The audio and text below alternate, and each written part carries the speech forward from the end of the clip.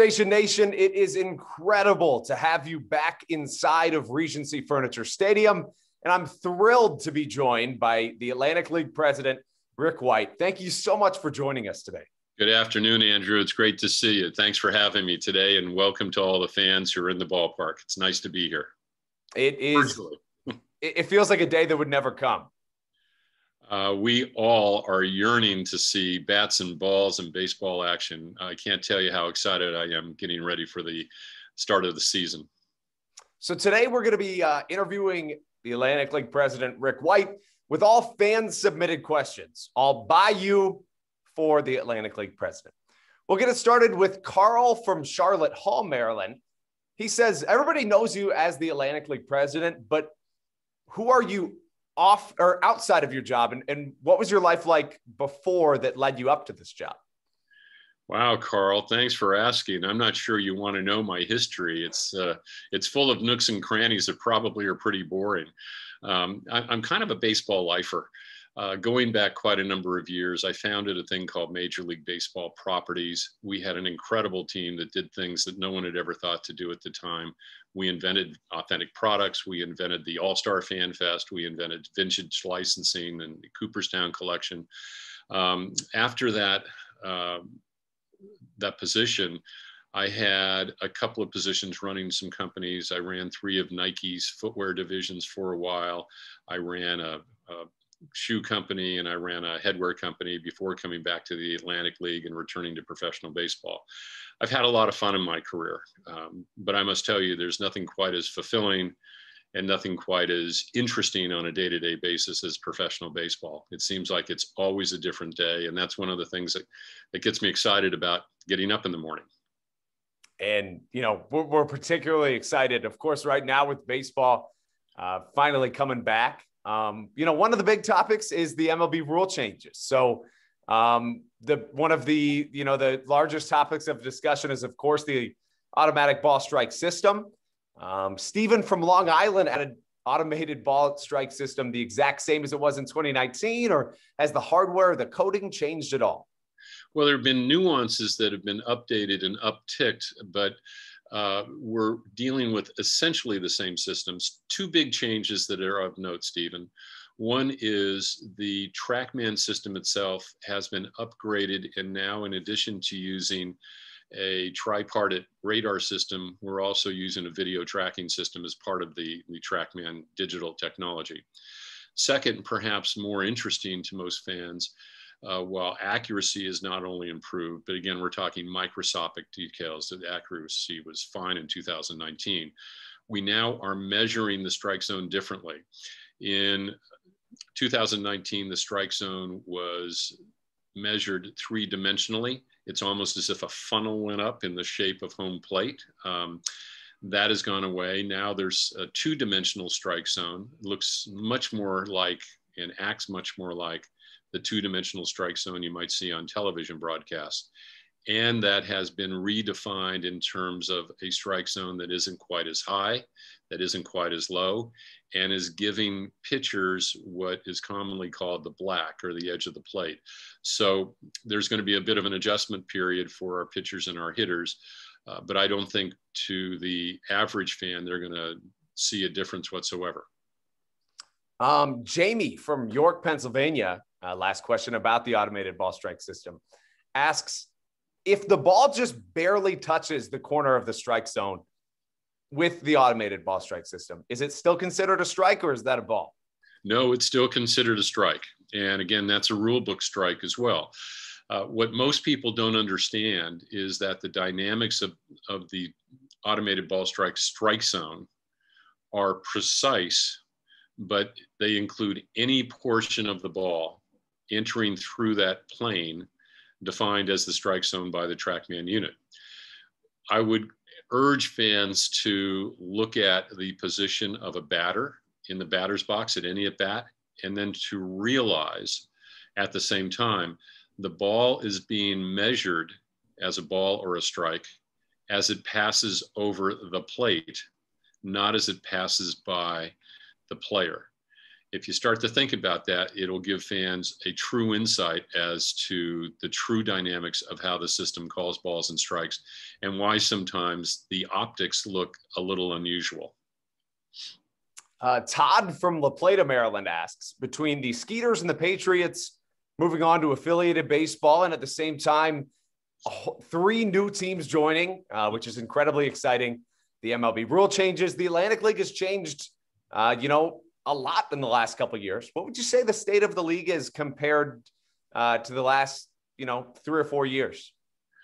Well, let's take those in order. And Todd, thank you for the question.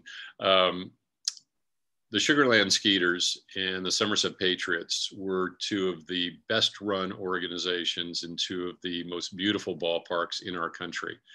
It's no surprise they were invited by the Astros and the Yankees, respectively, to join their affiliated ranks. I should add that a couple other teams were also contacted by big league clubs and decided they wanted to remain in the Atlantic League. But throughout all of those activities, the Atlantic League was tremendously proud of the fact that after some humble beginnings 25 years ago, here we are 2 decades later, and we've progressed to the point of where our ballparks, our operators, and our teams have been pulled into the fold. At the same time, we were designated an official professional partner league, in fact, the very first league to ever receive that distinction. And again, that's a source of pride for us. We're delighted to not only welcome in the Lexington Club, the West Virginia Club, and the Gastonia Club. For us, that represents true positive expansion. We've tightened up our footprint. We're no longer going to have to travel by air to get to Sugar Land, so that's going to improve the health and safety and wellness of our players. But also, we can present a little bit more unified territorial footprint for our fans. It's possible with some driving mileage, but it's possible for our fans literally to drive to any of our ballparks within a day. We have more in store. We intend to be a 10-team league in 2022. And with a little bit of luck, we will be a 12-team league in 2023. Again, all within our mid-Atlantic footprint. So we're quite excited about what the current state portends and what we're looking at for the future. And again, this is the kind of thing that gets me up in the morning with a bunch of gusto about what I do for a living. Brad from Canada asks, and I find it to be an incredibly interesting question. How do you go about finding and recruiting new cities and ownership groups to join the Atlantic League? That's a great question, and it's something I spend a lot of time on. We are both proactive and we are responsive in terms of our activities around expansion. In terms of proactivity, we're always looking for markets that we believe would support Atlantic League baseball. But we blend that with reactivity in terms of markets that desire professional baseball, especially high-level professional baseball. And they are blocked for various reasons from getting other minor league teams, especially affiliated teams. So we will spend a great deal of time with civic leaders, both at the municipal, county levels, and occasionally at the state level.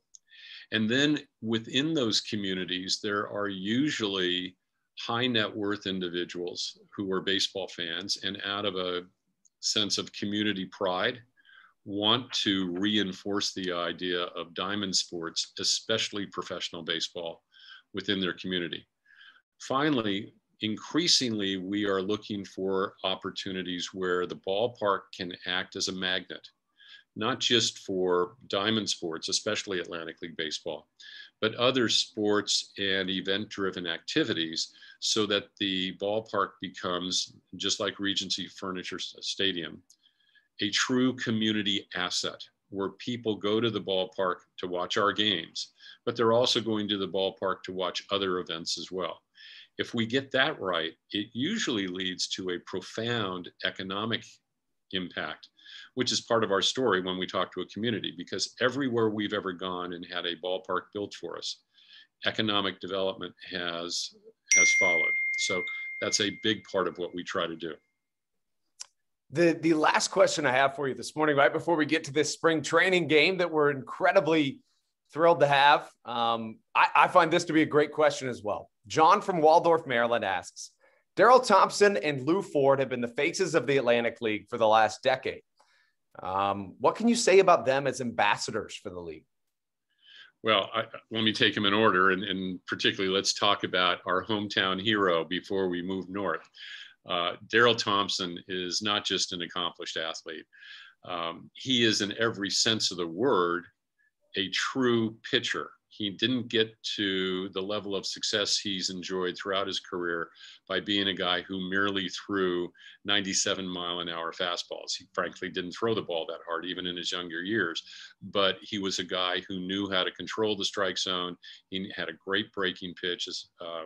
He's just a terrific, accomplished pitcher. More than that, though, one of the things that's great about Darryl is where he came from. He's locally grown. He is truly a hometown hero, and he deeply values the time he has with the Blue Crabs. He's gotten other opportunities to do other things, and he's always turned them down because he wants to be in Waldorf and he wants to be in Southern Maryland. Finally, as an ambassador, I can't think of anybody who's more well-spoken about the game or its popularity. Now, we can take many of those same characteristics and apply them to Lou Ford as well. Lou has evolved in his career in a similar way as Darryl. After some of their more prominent career statistics and presence at the big show, they became players and then player coaches in our league. I know in the case of Lou, Long Island is his home. And in the case of Lou, he has aspirations of continuing as a coach and ultimately one day as a manager. And I must tell you, both of these gentlemen are true ambassadors for not just our league, but the sport of baseball. I couldn't be more proud of two individuals if I tried. They're terrific guys. I couldn't agree more. And I could talk to you all day. And, you know, we had tons of incredible questions, but unfortunately, we have to wrap it up so we can get out to this baseball game. I sincerely appreciate your time this morning. Atlantic League President Rick White, thank you so much. Thank you, Andrew. And let's go play ball. Thanks again.